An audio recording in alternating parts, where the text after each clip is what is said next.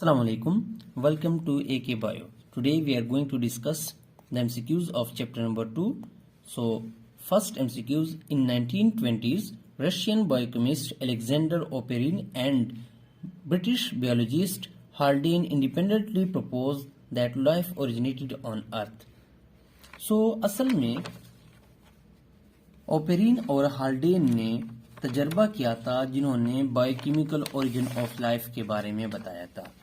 Biochemical origin के मुताबिक जितने भी मॉलिक्यूल्स हैं वो स्टार्ट में रिड्यूसिंग इन्वायरमेंट के मौजूदगी में बन गए थे। तो सबसे पहले स्मॉल मॉलिक्यूल्स माइक्रो मॉलिक्यूल बना गए, माइक्रो मॉलिक्यूल से सिर्फ मैक्रो मॉलिक्यूल बने, मैक्रो मॉलिक्यूल से फिर ऑर्गेनेलिज बने और फिर ऑर्गेनेलिज के बाद सेल बने।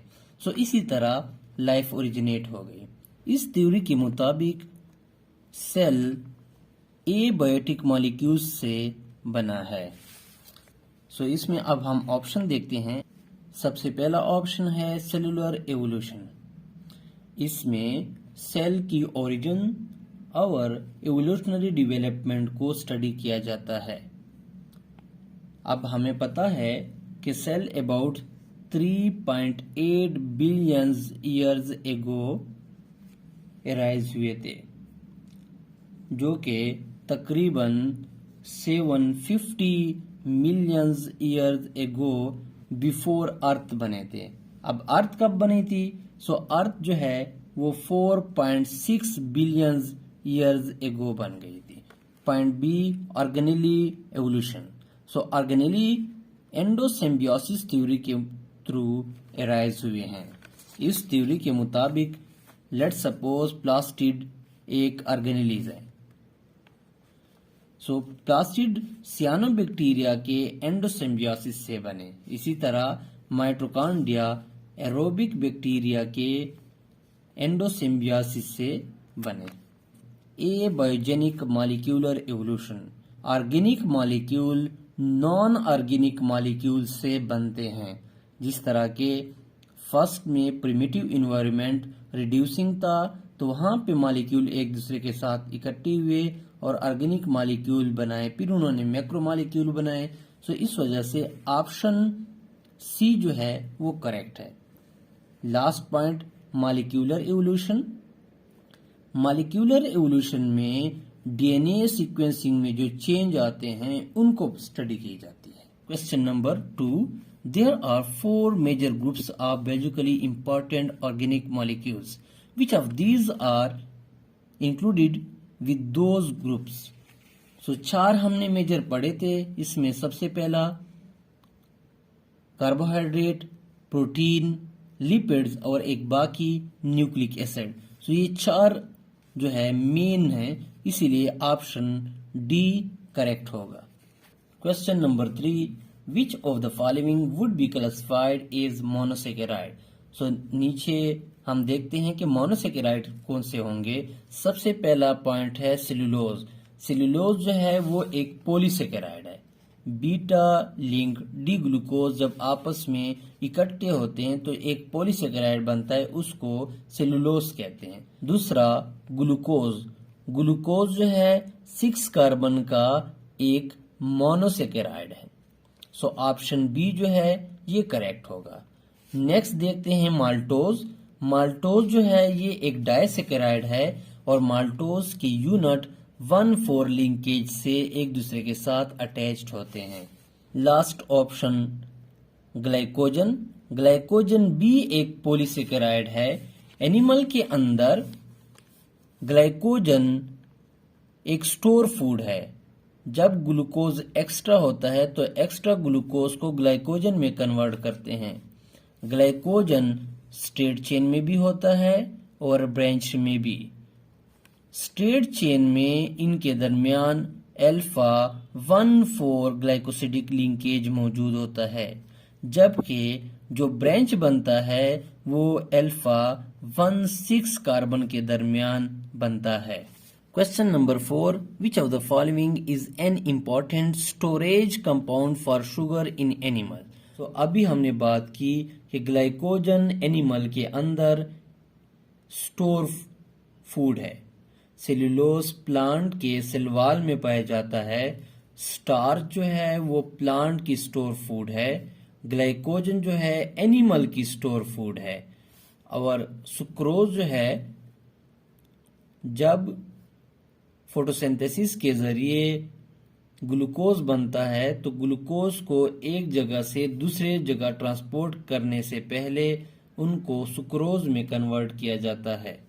सुक्रोज मॉलिक्यूल के अंदर अल्फा 1 बीटा 2 ग्लाइकोसिडिक लिंकेज होती है। सो इसमें ऑप्शन नंबर सी करेक्ट है। नेक्स्ट है question number 5, which of the following is not correct about lipids? First option, they are not soluble in water. So like dissolved likes के मुताबिक lipid एक non polar compound है जबकि water polar है, इस वजह से लिपिड वाटर में डिजॉल्व नहीं हो सकते। दूसरा पॉइंट है they may be neutral fats, phospholipids and steroids. So ये तीनों जो हैं ये लिपिड्स के अकसाम हैं। Option C, they are soluble in organic solvent. Lipid organic molecules हैं, इस वजह से ये ऑर्गेनिक सॉल्वेंट के अंदर डिजॉल्व हो सकते हैं। ऑर्गेनिक सॉल्वेंट में अल्कोहल, एसीटोन, बेंजीन आते हैं। सो क्वेश्चन नंबर 5 का ऑप्शन डी करेक्ट है। Question number 6, amino acids are linked to form long chain like polymers by what kind of bond. So हमने बात की थी रिव्यू में भी कि अमाइनो एसिड एक दूसरे के साथ पेप्टाइड बॉन्ड के थ्रू अटैच्ड होते हैं, जबकि आयनिक बॉन्ड और हाइड्रोजन बॉन्ड ये 3D स्ट्रक्चर ऑफ प्रोटीन को स्टेबल करने के लिए यूज होते हैं। Question number 7, the tertiary structure of protein may be stabilized by the presence of which of the following? Let's suppose ये हमारे पास एक लॉन्ग चेन है अमाइनो एसिड की जो कि पेप्टाइड बॉन्ड के थ्रू एक दूसरे के साथ अटैच्ड होते हैं। ये एक अमाइनो एसिड है, एक अमाइनो एसिड के एक कार्बोक्सिलिक और दूसरा अमाइनो ग्रुप मौजूद है। कार्बोक्सिलिक के ऊपर माइनस चार्ज होता है जबकि अमाइनो ग्रुप के ऊपर प्लस चार्ज आता है। जब दोनों अमाइनो और कार्बोक्सिलिक एक दूसरे के साथ अटैच हो जाते हैं या नजदीक आ जाते हैं तो उनमें आयनिक बॉन्ड बन जाते हैं। इसी तरह एक मॉलिक्यूल है सिस्टीन। सिस्टीन में SH ग्रुप मौजूद होता है। जब दोनों S आपस में एक दूसरे को फेस करते हैं तो ये डाइसल्फाइड बॉन्ड बना देते हैं और डाइसल्फाइड बॉन्ड के साथ 2 हाइड्रोजन और 2 इलेक्ट्रॉन जो है वो रिलीज हो जाते हैं। और थर्ड बॉन्ड कि जब नाइट्रोजन जो कि हाईली इलेक्ट्रोनेगेटिव एटम है या ऑक्सीजन जो हाईली इलेक्ट्रोनेगेटिव एटम्स है और पॉजिटिव हाइड्रोजन के साथ इंटरेक्शन शो करते हैं तो इसको हम हाइड्रोजन बॉन्ड कहते हैं। सो ये तीनों इस स्ट्रक्चर को स्टेबल करने के लिए यूज्ड होते हैं। सो अब हम ऑप्शन देखते हैं। Disulphide bond between 2 sulphur atoms into cysteine amino acid, so ये भी करेक्ट है।